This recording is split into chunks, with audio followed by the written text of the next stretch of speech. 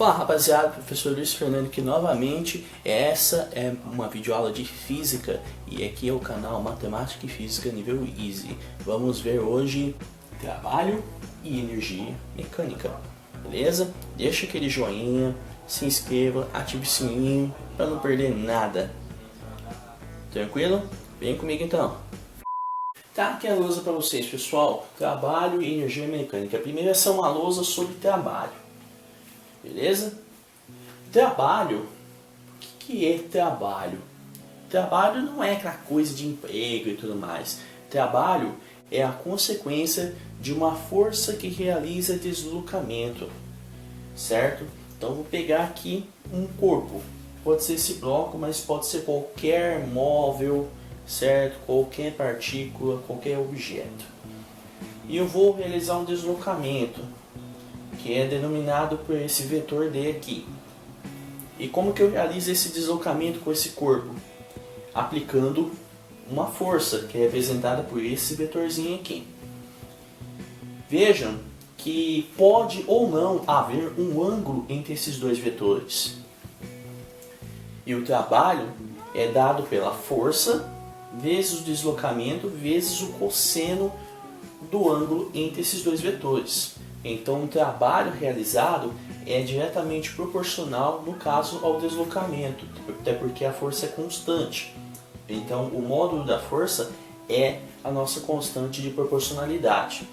Veja que se os vetores força e deslocamento tiverem a mesma direção e o mesmo sentido, o ângulo entre eles vai ser igual a zero. O cosseno de zero, como vocês devem lembrar, se vocês não se lembrarem, ele é igual a 1. Então só sobrou força vezes distância. Então, nesse caso particular, o trabalho é simplesmente o produto entre os módulos da força e da distância. Vamos denominar o trabalho com a letra W. Em alguns materiais vocês vão ver a letra grega tau, que é essa daqui. Mais ou menos isso. Mas para minimizar o uso de letras gregas nas nossas videoaulas, olha só, é trava-língua isso aqui, viu gente? É um pouquinho de trava-língua, minha língua é enrolada, mas beleza. Até porque W vem de work, e work é trabalho em inglês, beleza? Agora, se o W for positivo, ou seja, se o trabalho da força for positivo, vamos ter um trabalho motor. O trabalho motor é aquele trabalho que favorece o movimento de um objeto. Se o trabalho for negativo, é um trabalho resistente, é um trabalho que atrapalha, que desfavorece o movimento. Como, por exemplo, o trabalho da força atrito. A força atrito desfavorece o movimento de um corpo. O trabalho da força atrito é um exemplo de trabalho resistente.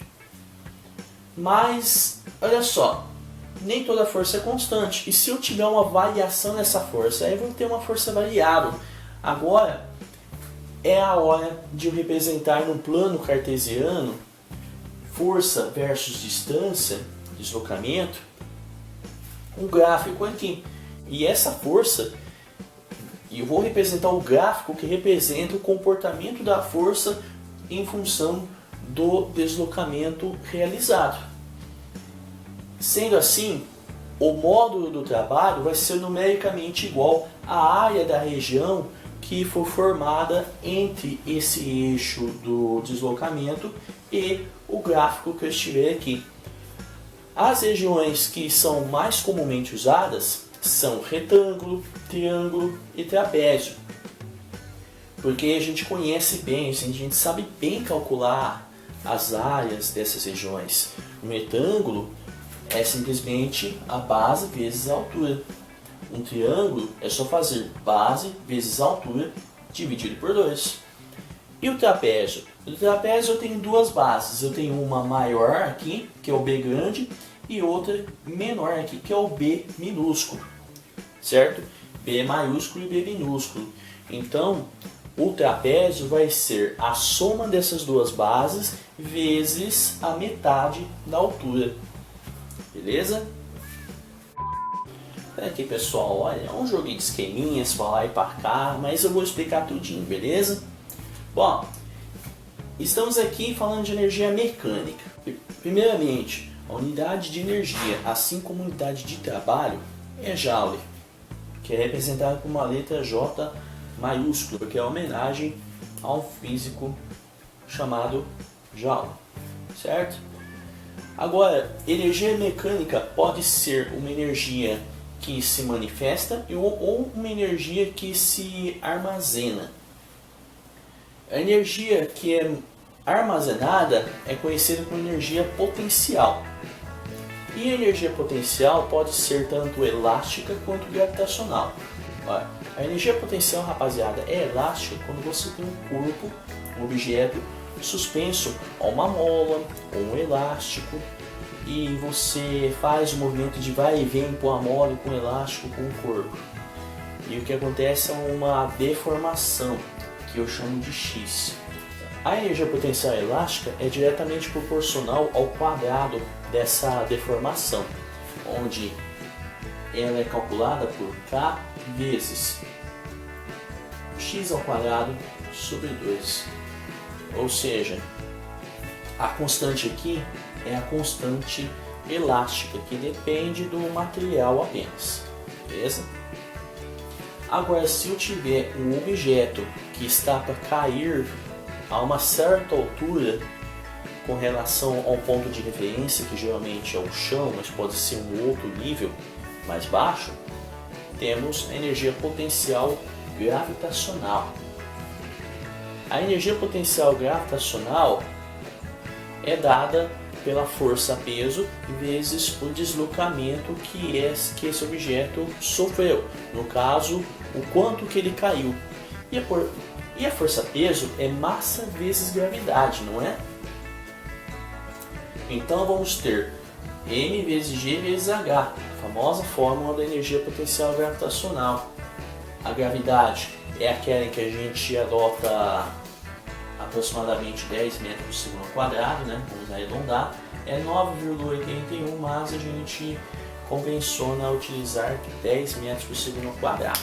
Aí para aproveitar o espaço aqui, né?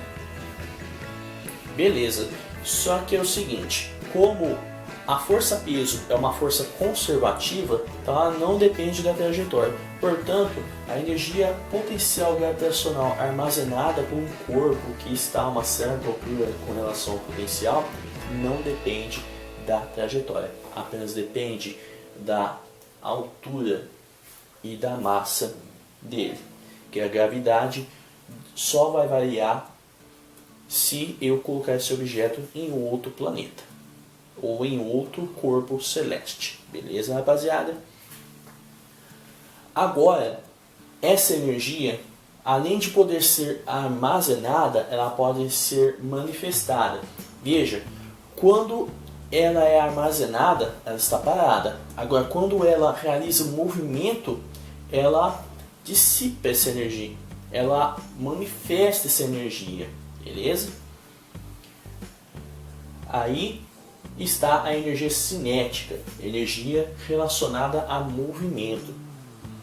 Então, o que eu vou ter aqui? Um corpo de massa m realizando um movimento, seja ele devido à gravidade, seja ele devido à aplicação de uma força qualquer, seja uma elástica, seja uma outra força, um empurrão, qualquer força.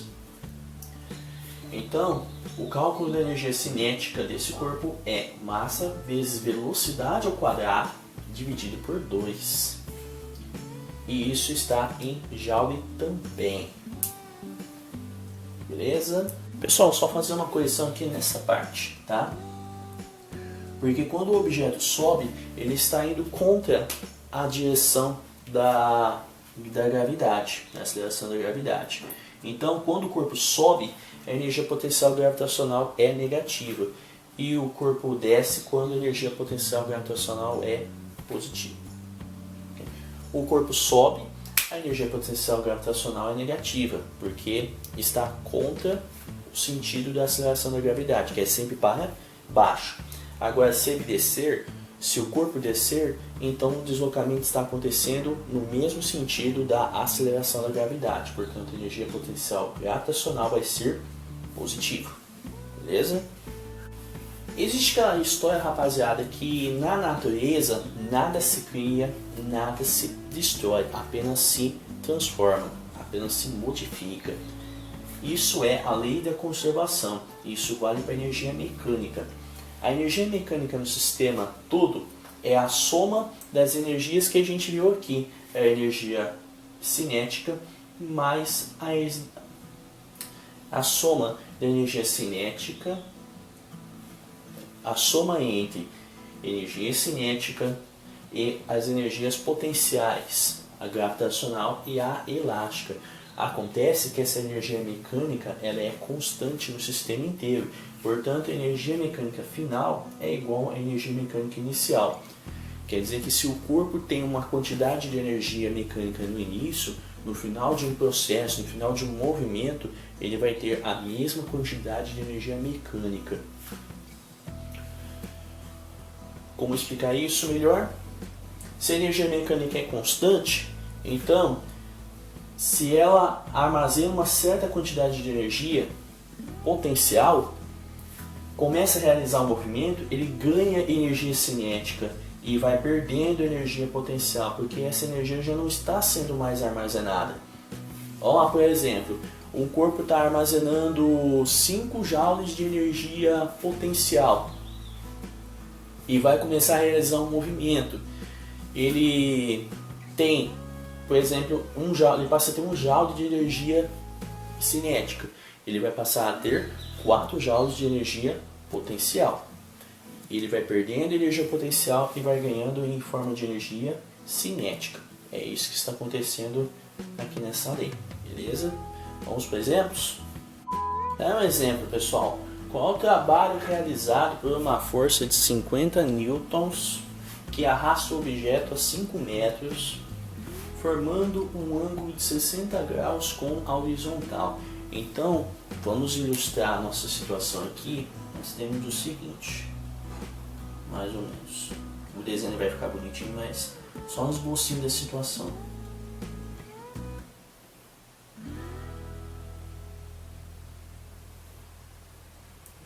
Cinco metros,